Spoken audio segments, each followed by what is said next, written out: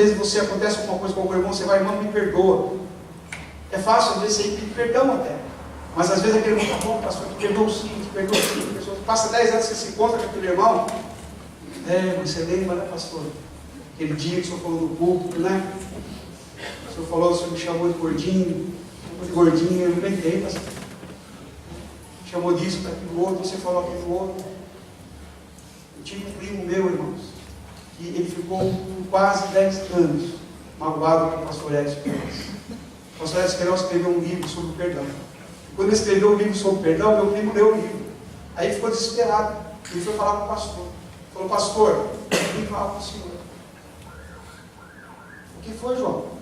Olha, assim, desde que o senhor estava naquela congregação, aí o senhor me tirou de líder, por causa disso, o caso que aconteceu, eu coloquei uma ofensa dentro do meu coração, eu nunca mais consegui ver o senhor com a mesma coisa. Toda vez que eu ia pregar, eu, assim, sentava no cadeira, sempre eu falo, eu me prego,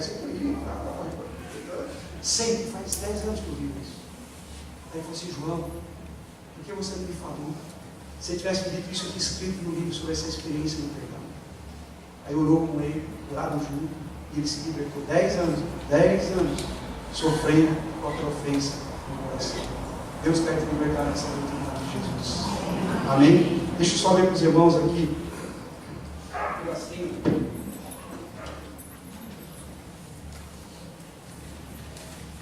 Eu ofendido. Uma das armadilhas mais mortais e enganosas do inimigo. Ela aprisiona números de cristãos, quebra relacionamentos e amplia as brechas existentes entre nós. É a armadilha da ofensa. Muitos são incapazes de atuar de forma adequada em seu chamado por causa das feridas e dores que as ofensas geram em suas vidas. Eles estão incapacitados e impedidos de cumprir com seu potencial. Na maioria das vezes foram feridos por um dos seus companheiros crentes. Isso faz com que a ofensa tenha um sabor de traição. No Salmo 55, 12 e 14, Davi lamenta: não é o meu inimigo que me afronta. Se fosse, eu o suportaria. Nem é o que me odeia quem se exalta contra mim, pois dele eu me responderia. Mas é tu, homem, meu igual, meu companheiro, meu íntimo amigo. Juntos andávamos, juntos nos entendíamos e íamos com a multidão à casa de Deus. Olha só, irmão. Que sério isso. Que sério isso. Eles são aqueles com quem nos sentamos e ao lado de quem cantamos. Ou talvez seja aquele que está entregando o sermão. Eu. Os feriados frequentamos juntos, eventos sociais com eles, e compartilhamos o mesmo escritório muitas vezes com eles. Ou talvez seja alguém ainda mais próximo. Crescemos com eles, e fazemos confidências e dormimos ao lado deles. Quanto mais próximo o relacionamento, mais grave a ofensa. Você encontrará o ódio mais forte de pessoas que um dia foram muito próximos e amigos. O lar que deveria ser um abrigo de proteção, provisão e crescimento, onde aprendemos a dar e receber amor, em geral é a própria raiz da nossa dor. A história demonstra que as guerras mais sangrentas são as guerras civis entre irmão contra irmão, filho contra pai e pai contra filho. Somente aqueles com quem você se importa é que podem feri-lo. Você espera mais deles, afinal você deu mais de si a eles. Quanto maior a expectativa, maior então é a dor. Esperamos isso de incrédulos, mas Paulo não estava se referindo aos que estão do lado de fora da igreja. Ele estava falando àqueles que estão dentro da igreja. Muitos estão feridos, magoados e amargos. Eles estão ofendidos, mas não percebem que caíram na armadilha de Satanás. Estão prestando atenção, irmãos? Amém. Jesus deixou muito claro que é impossível viver nesse mundo e não ser ofendido. No entanto, a maioria dos crentes fica chocada, perplexa e surpresa quando isso acontece. Achamos que somos os únicos que foram injustiçados. Essa reação nos deixa vulneráveis a uma raiz de amargura. Portanto, devemos estar preparados e armados para as ofensas, porque a nossa reação determinará o nosso futuro. Amém, queridos? A palavra grega traduzida como escândalo, a Bíblia diz em Lucas 17:1, né?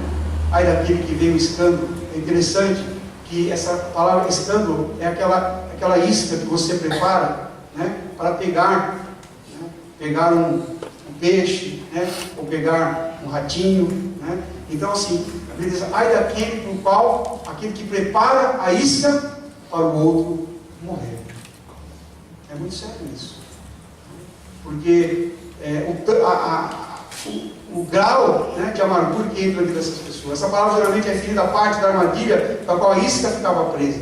Consequentemente, essa palavra significa colocar uma armadilha no caminho de alguém. No Novo Testamento, ela geralmente descreve uma armadilha usada pelo inimigo. A ofensa é uma das principais armadilhas usadas do diabo para levar as pessoas cativas. Aqueles que se envolvem em discussões ou em oposição caem numa armadilha e se tornam prisioneiros, passando a fazer a vontade do diabo.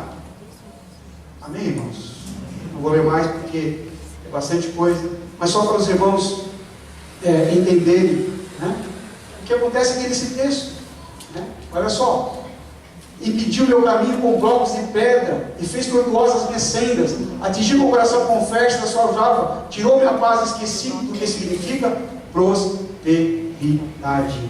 Pode ser, irmãos, que alguns de nós que estamos aqui hoje não estamos vendo a prosperidade de Deus na nossa vida, porque há uma ofensa guardada no nosso coração. Ofensa guardada no nosso coração. A gente não conseguiu perdoar, não conseguiu tirar, e ela vai amarrar a tua vida. Não fala isso, pastor, eu preciso falar, irmãos. Amém? Amém. Eu preciso dizer a verdade. É o que a Bíblia diz. A ofensa prende a sua vida. Então você precisa dizer para a pessoa, ou orar ao Senhor, dizer: Senhor, tira esse sentimento de ofensa do meu coração. Porque a gente começa a sentir coitadinho. Eu fui jogado para fora de novo. Me falaram isso. Me tiraram ali, me tiraram do ministério, me tiraram dos pés. Você nem enxerga os seus erros, você começa só a dar vazão à ofensa. O diabo então vai te destruindo. Amém, irmãos? Entenderam? Amém. Fecha um pouquinho seus olhos, só um minutinho. Senhor Deus, eu sei, ó Pai, que esse ponto dessa palavra, Senhor, não é muito agradável, Deus, aos nossos corações. Mas talvez algum irmão aqui, ó Deus, foi ofendido ainda quando criança. Foi ofendido pelo pai, pela mãe, pelo irmão, pelo chefe, Deus.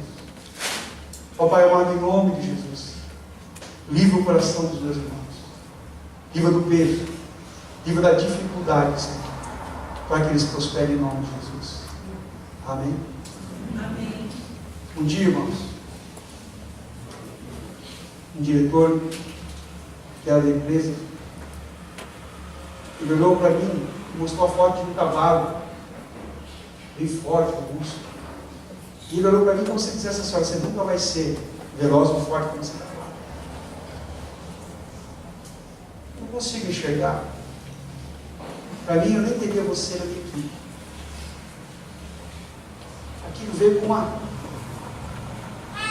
Eu comecei a pensar por muito tempo na minha vida. Olha, eu às vezes numa reunião assim com pessoas importantes, eu me sentia sempre, porque alguém falou, quando estava começando a minha carreira, que eu não ia produzir, que eu não ia crescer, que eu não ia fazer. Nós fizemos uma oração simples aqui, mas eu não sei a dor do meu coração. Procurando muitas vezes, eu falava assim: eu não vou conseguir ser o melhor, não vou conseguir ir para frente. Aí eu lembro que eu estava no segundo ano, eu e minha irmã era o segundo ano forte e fraco. Me colocaram no forte. E eu tirei, se passava com a média 70, eu acho que eu tirei 68, minha irmã passou e eu fiquei. Aí pronto. Aquilo já foi. Depois eu ainda, aquilo veio falar para o Paulo do cavalo. Meu Deus do céu. Mas graças a Deus que, ainda quando eu ainda estava no segundo ano, depois que eu repeti, os alunos não sabiam essa é nova, né? Mas eu repeti um ano.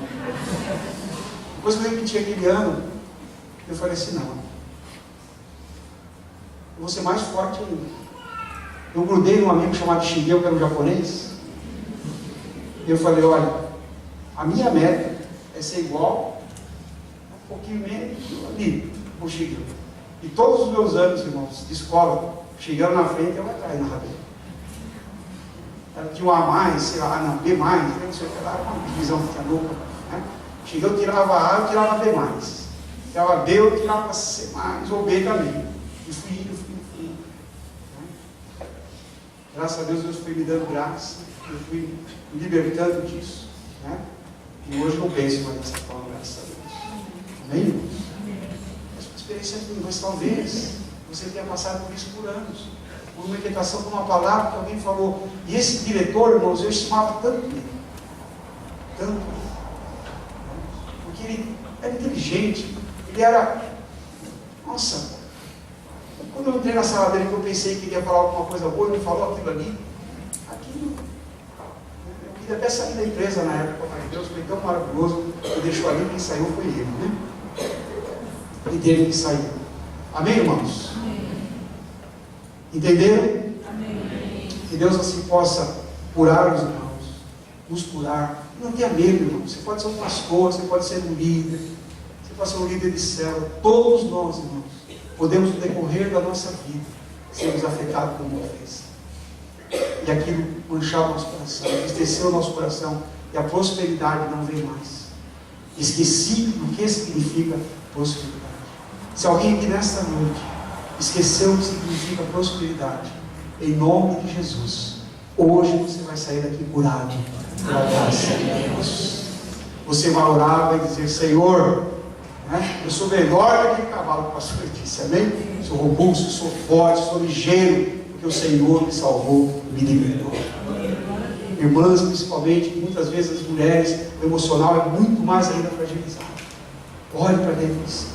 Às vezes uma palavra que o marido falou, marido, às vezes uma palavra que a tua esposa falou, às vezes uma palavra que, né, um ex-namorado falou, uma ex-namorada, um ex-noivo. Tem gente que casa, irmão, entendeu? Não prospera no casamento porque está lembrando do ex-noivo, que falou um dia que, olha, você está muito gordo, eu vou largar de você. Você não usado, mas é verdade. Olha, você tem mau hálito. Quer ver algo que marca o coração da gente? Ele fala assim: tem um mau hálito. Olha, onde eu chego para ajudar os irmãos a entenderem. Mas é verdade. Se alguns vai falar para alguém, fala com doçura. Tem pessoa inteligente que dá um house para a gente, né? Você já entendeu, né? Brincadeira, pessoal. Vamos pensar que todo mundo dá uma balinha aí. Mas tem coisa que destrói. Tem pessoas hoje, irmãos, que brincam com isso, falam assim: pá, como você tem, hein? E fala alto ainda. Então tem coisa que nós falamos, irmãos, que para você não é nada. E às vezes tem pessoas que ficam ofendidas comigo, da forma como eu prego, da forma como eu falo, e eu nem sei. Pelo amor de Deus, irmão.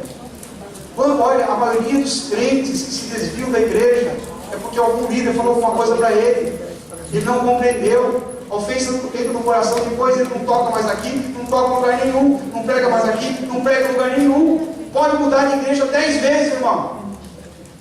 O diabo vai com a mesma historinha para cima de você, sempre naquela igreja. Tem pastor que assim, você vai na igreja dele, primeira vez ele já pega, tira a cartinha de membro, já nota, não pega, pergunta nada para você de onde você veio, se tinha alguma coisa ou não. Não, irmão, e outra, você era dizimista lá? A primeira pergunta que ele faz é: você era dizimista lá? Se foi bem-vindo aqui, né? O pastor vai ter dinheiro nosso, pode ficar lá. Não está nem aí. Né? E aquele irmão com aquela ofensa no coração, com aquela tristeza no seu coração, e não foi liberto. Amém? Terceiro, verificar se não estamos desprezando o momento da ação de Deus das nossas vidas. Tem hora, irmãos, no relógio de Deus, que Deus quer fazer algo com você, e você mesmo não permite. Você não deixa. Isaac amava Esaú para perpetuar a bênção de Deus dada a Abraão, mas Esaú a desprezou por uma necessidade momentânea. Irmãos, Esaú cometeu uma burrice tão grande que ele desprezou o que Deus havia dado para ele, que era o direito da primogenitura, que era a herança de governar, né, no lugar do seu pai. Verificar se não estamos desprezando o momento da ação de Deus em nossas vidas. Olha só, irmãos, que texto interessante ali.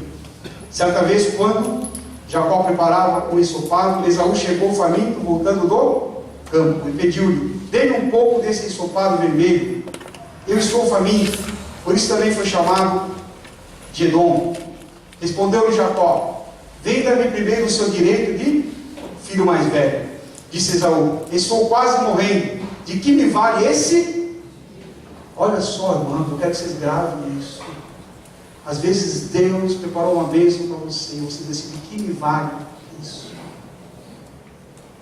Às vezes é uma coisa simples, às vezes é uma coisa grande, às vezes é, sabe, uma porta de trabalho, e você chega diante de Deus sem orar, né, e você despreza. Disse Esaú: estou quase morrendo, né, de que me vale esse direito? Irmãos, cuidado, que nas horas de desespero, nas horas de tempestades que nós passamos, nós desprezamos a Deus. Nós desprezamos os conselhos do Senhor. A gente se agarra na primeira coisa. Estão me ouvindo bem, irmãos? Amém. Olha só, quando a gente está numa tempestade, que começa a ventania, começa o céu a ficar escuro, irmãos, a gente se agarra na primeira glória. A gente quer qualquer coisa para se salvar. A gente esquece até do Senhor que está conosco no barco. Então, assim, irmãos, nesse momento de crise do nosso país, é um momento que muitas pessoas cometem bobagens, fazem bobagens, porque não param para confiar no Senhor, desprezam cuidar de Deus. Olha só, de Saul estou morrendo, de que me vale esse direito? Jacó, porém, insistiu: jure primeiro. Então ele fez um juramento, desprezando o seu direito de filho mais velho a Jacó. Cuidado, irmãos. Numa burrice nossa, nós comprometemos toda a nossa vida e a nossa descendência. Uma coisa momentânea, um erro momentâneo. Quer ver só um erro que muitas vezes você pode cometer, e que nós insistimos para os jovens, insistimos para os nossos adolescentes: não namore com namorado. Não dê a sua vida e coloque a sua vida na mão de uma pessoa, sem ter a plena certeza que Deus está nesse negócio. Amém? Você pode magoar uma pessoa, ofender uma pessoa, sair ofendido. A gente fala assim: então, vocês vão orar? Não, nós vamos orar, pastor. Aí não, então vamos orar durante um mês, 2, 3 meses. Amém, pastor. Aí passa uma semana, ele senta de novo aqui: pastor, você quer falar com o senhor? O que foi, meus filhos? Já orando. E Deus falou que é para ficar junto. Mas ficar como? Eu pergunto, né? Eu vou ficar aí que é estranho. A gente não consegue segurar, irmãos. Aí começa, daqui passa 6 meses, 7 meses, um pouquinho mais. Pastor, então agora que eu descobri, entendeu? Que ela é manca, disfarçava. Não sei, ela andava de um jeito que eu não via, mas depois, pastor, né? Eu fui na casa dela lá, cheguei, eu olhei, irmão, ela tem um equipamento aqui no pé, você não vê, sabe, pastor, né? Puxa vida, né? Casar, namorar com você, tem equipamento no pé, não é o bem que eu quero. Se tivesse mais orado mais um pouquinho, você tem uma visão e olhar um equipamento na perna dela, né? É isso mesmo que você quer? Ou no pé dele. Está muito esdrúxulo o exemplo aqui, vocês estão rindo demais. Amém, irmãos? Olha só que interessante, né? Desprezando o seu direito de filho. Vocês são filhos de Deus. Irmãos, é impossível que Deus não dê o melhor para vocês, adolescentes, solteiros. É impossível que Deus não dê o melhor para vocês. É que a gente não cuida. É que a gente não cuida do que Deus deu. A gente se apavora. A gente começa a ficar agoniado. Pega a primeira boia que tem para lá, não tem um barco com essa boinha mesmo, só que a boinha toda que está ali não vem. E Deus tinha lá, né, um barco atrás lá para você. Meu filho, você não viu o barco que tinha atrás? Eu não vi. Senhor, eu estava desesperado até a boinha. Amém, irmãos?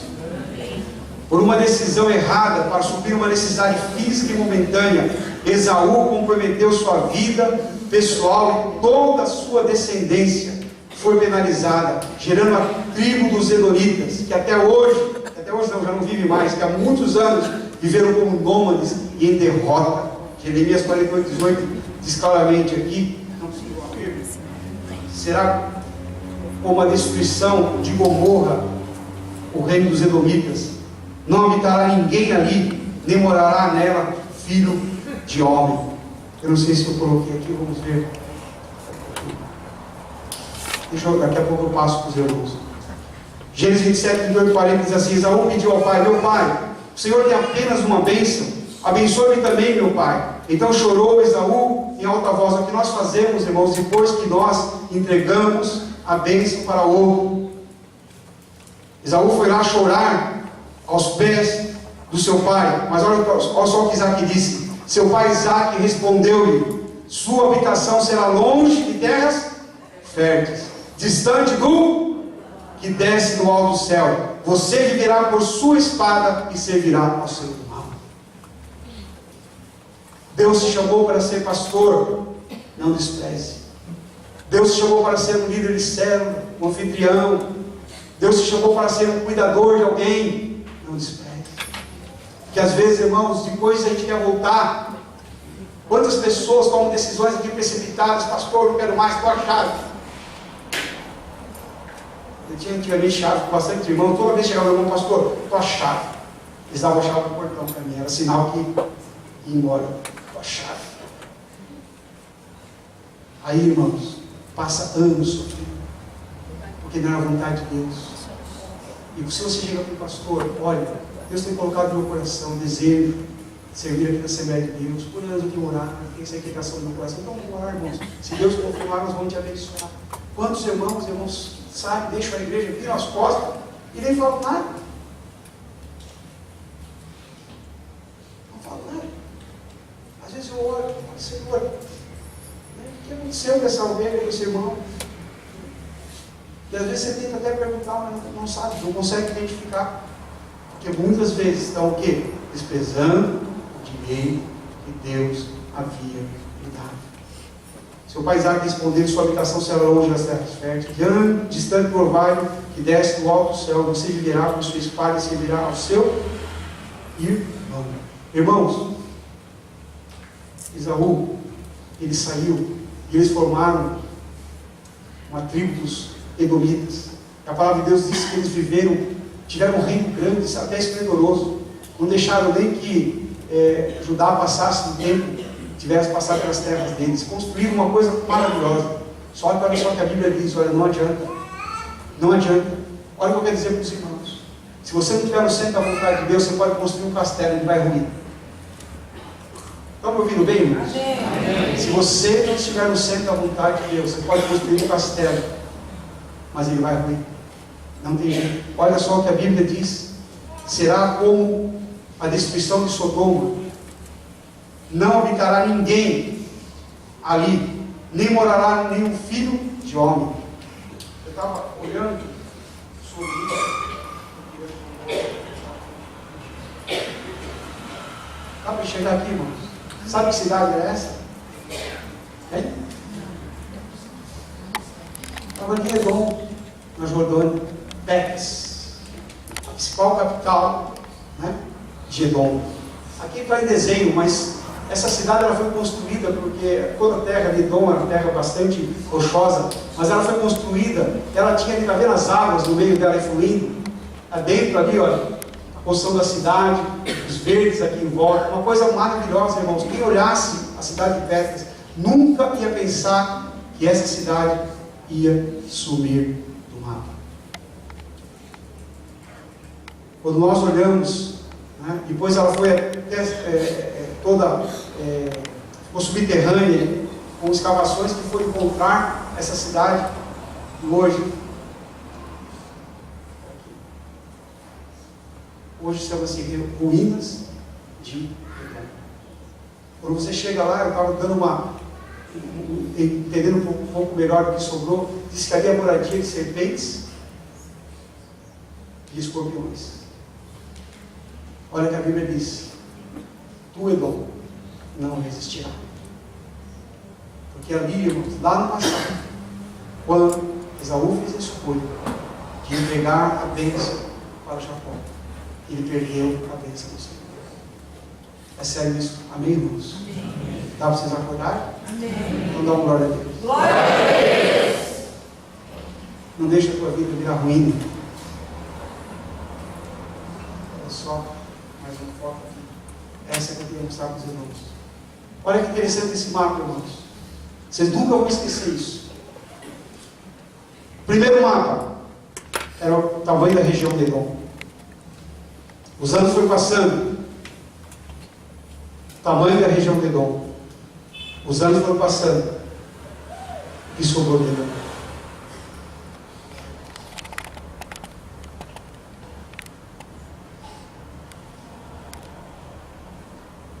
Amém. Amém. Prometo que vocês nunca mais vão esquecer disso. Não troquem a bênção de Deus por nada. Fala do preço do jejum, da oração, do clamor. Se Deus te deu a guitarrinha para tocar, né? Toca ela com amor.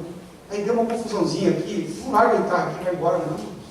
Você ficou chateado, no outro dia você volta, olha, dano. Né? Eu fiquei chateado aí para a guitarra.